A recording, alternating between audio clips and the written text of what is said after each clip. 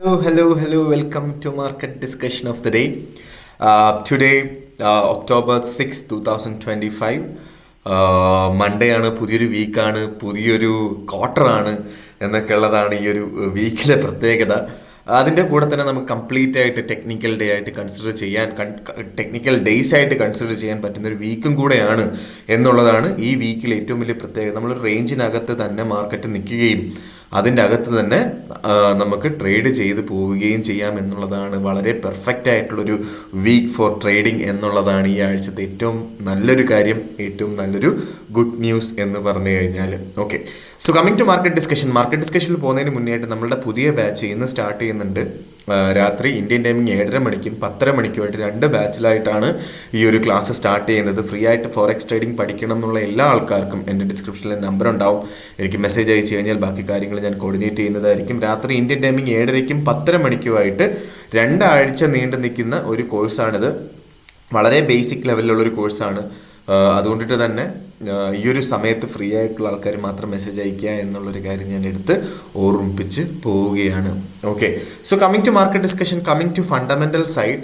First of all നമുക്ക് എല്ലാ വീക്കിലും നമ്മൾ പറയുന്നത് പോലെ നമ്മൾ ഫണ്ടമെൻ്റൽ സൈഡിലോട്ട് നമുക്ക് പോകുമ്പോൾ നമുക്ക് പ്രത്യേകിച്ച് ന്യൂസുകളൊന്നും തന്നെ ഇല്ല, വലിയ രീതിയിൽ ഇമ്പോർട്ടൻ്റ് ആയിട്ടുള്ള ന്യൂസുകളൊന്നും തന്നെ ഇല്ല.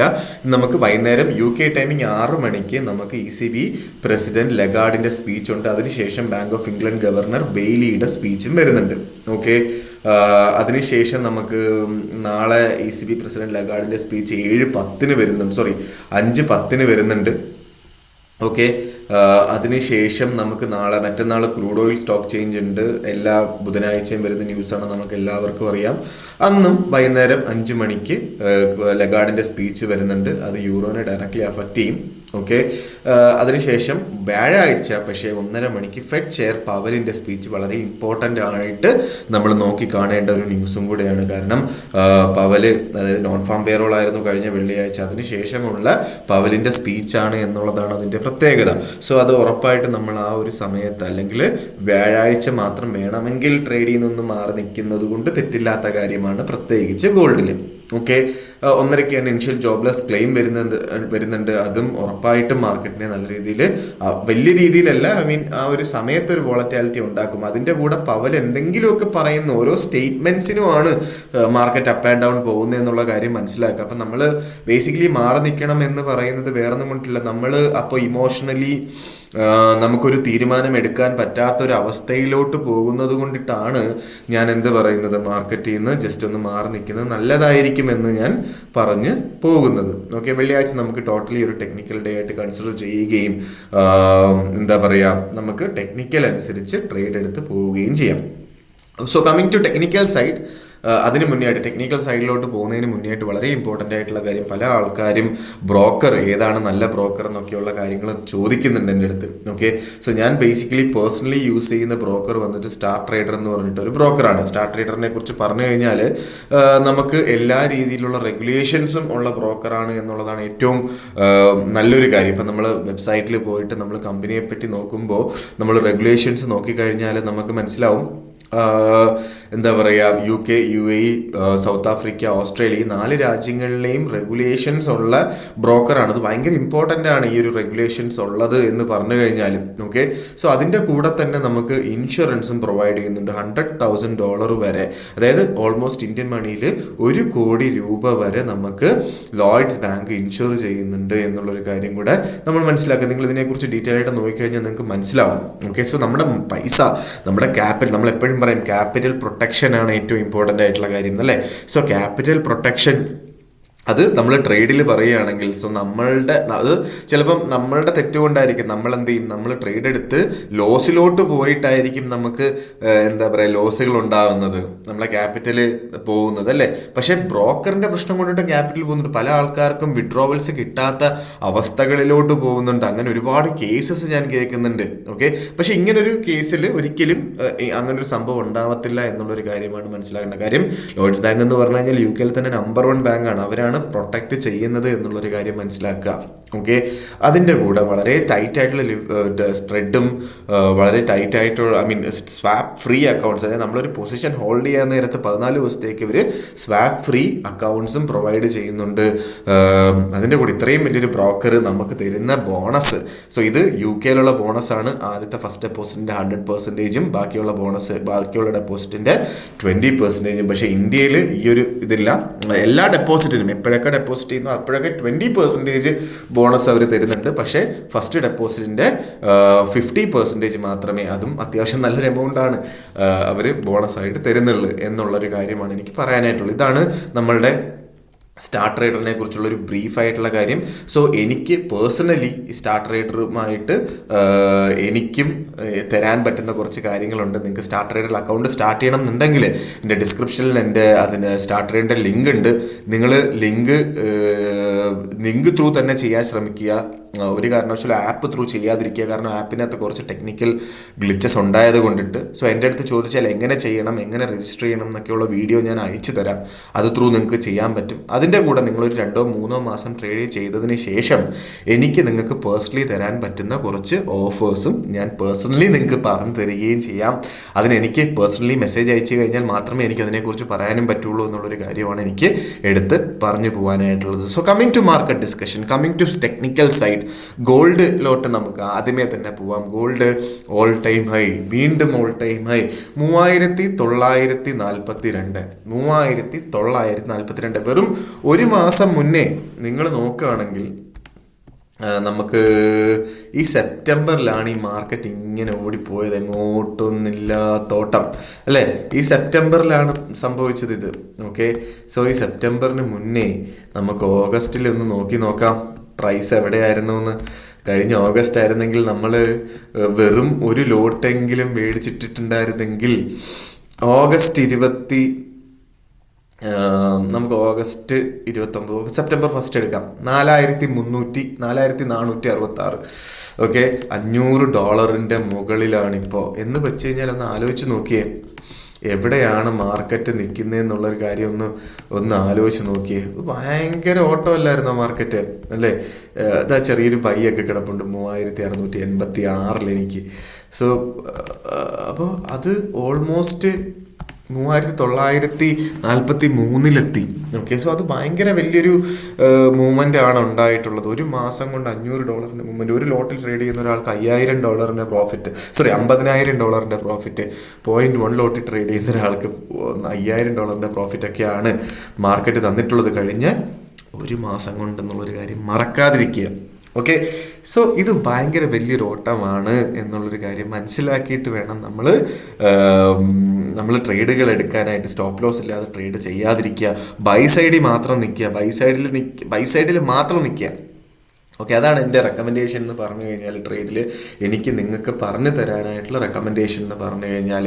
ഓക്കെ, സോ നമുക്ക് എന്തായാലും ഗോൾഡിലുള്ള ഇന്നത്തെ ഓപ്പർച്യൂണിറ്റി നമ്മൾ നോക്കുകയാണെങ്കിൽ ഉറപ്പായിട്ടും ഗോൾഡിനെ ഇന്ന് ടെക്നിക്കൽ കാര്യങ്ങളൊന്നും തന്നെ ഇല്ല, പക്ഷേ ഫണ്ടമെൻ്റലി ഉള്ള പൊളിറ്റിക്കൽ US നിന്ന് വരുന്ന എന്തെങ്കിലും അനൗൺസ്മെൻറ്റുകളോ ഡൊണാൾഡ് ട്രംപിൻ്റെ എന്തെങ്കിലും കാര്യങ്ങളോ വാർ റിലേറ്റഡ് ആയിട്ടുള്ള, for example Hamas Israel war related ആയിട്ടുള്ള കാര്യങ്ങളോ അല്ലെങ്കിൽ റഷ്യ ഉക്രൈൻ വാർ റിലേറ്റഡ് ആയിട്ടുള്ള കാര്യങ്ങളൊക്കെ നമ്മൾ അപ്ഡേറ്റഡ് ആയിട്ട് തന്നെ ഇരിക്കണം.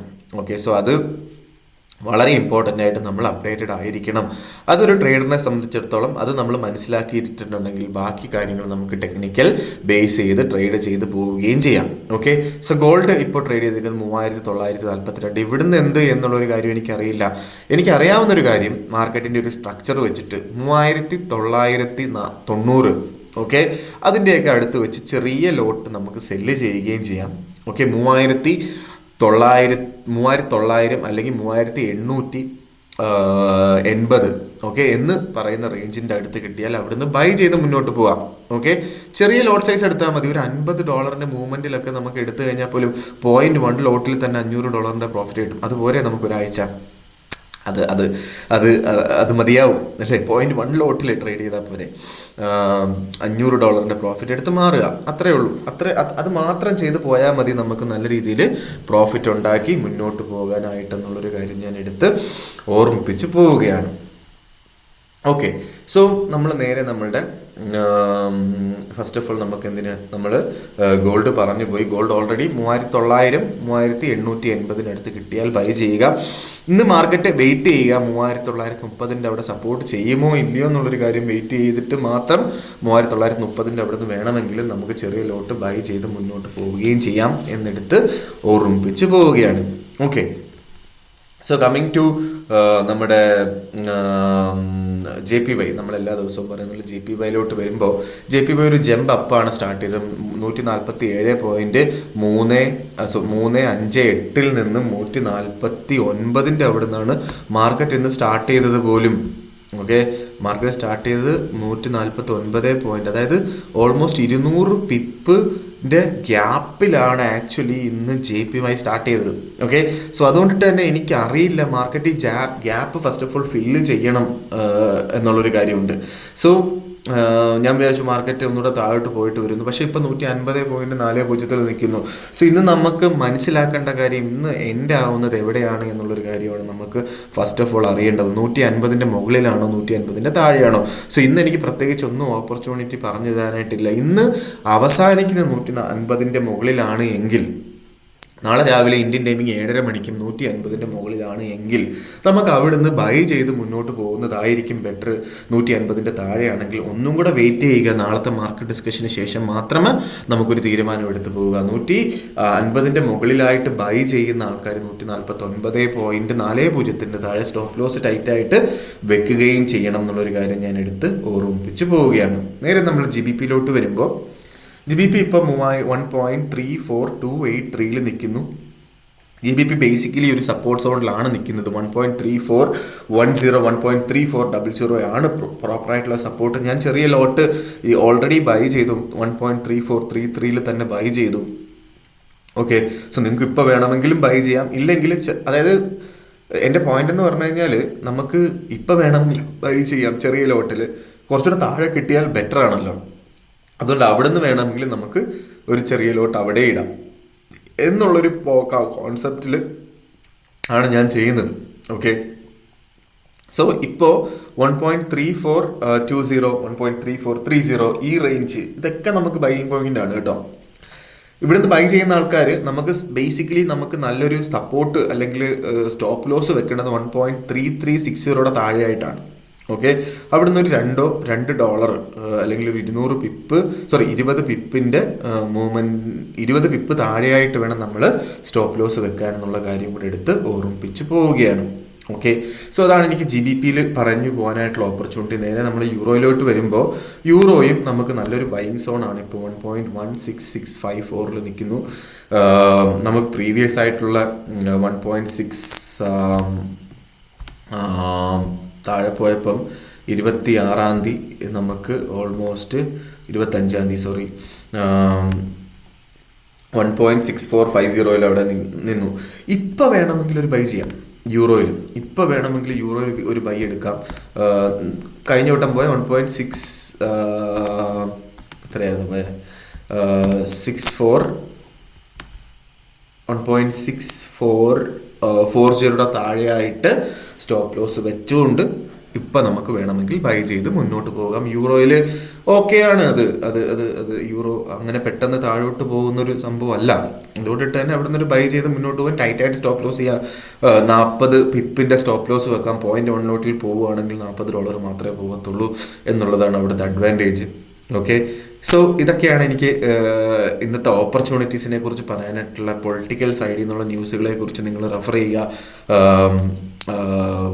എന്താ പറയുക, വെറുതെ ട്രേഡിലോട്ട് എടുത്ത് ചാടാതിരിക്കുക.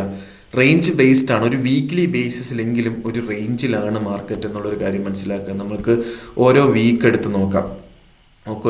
ഓരോ വീക്ക് എടുത്ത് നോക്കുമ്പോൾ നമുക്ക് മനസ്സിലാക്കാൻ പറ്റേണ്ട കാര്യം എന്താ വെച്ചാൽ, ഇത് ഗോൾഡല്ല, നമുക്ക് ഗോൾഡിലോട്ടാണല്ലോ വരേണ്ടത്. എന്തോ ഒരു വ്യത്യാസം. ഓക്കെ, നമുക്കറിയാം എന്താണ് ഗോൾഡിലിപ്പോൾ ഈ ഒരു പക്ഷേ ഇതെന്താ ഇങ്ങനെ നിൽക്കുന്നില്ലല്ലോ ഇവിടെ. ഓക്കെ, 3371. ഓക്കെ, 71 നിന്ന് അത് 3435 വരെ ഒരു വീക്കിൽ പോയി. അതിൻ്റെ അടുത്ത ആഴ്ച 3448 നിന്ന് 3584 വരെ പോയി. അതായത് $150 അതിനുശേഷം 3584 നിന്ന് 3657 $100 3642 നിന്ന് 3682 വരെ അടുത്ത ആഴ്ച പോയി. അത് വലുതായിട്ട് മൂവ്മെൻ്റ് ഉണ്ടായില്ല. അതിൻ്റെ അടുത്ത ആഴ്ച 3682 നിന്ന് 3772 വരെ പോയി.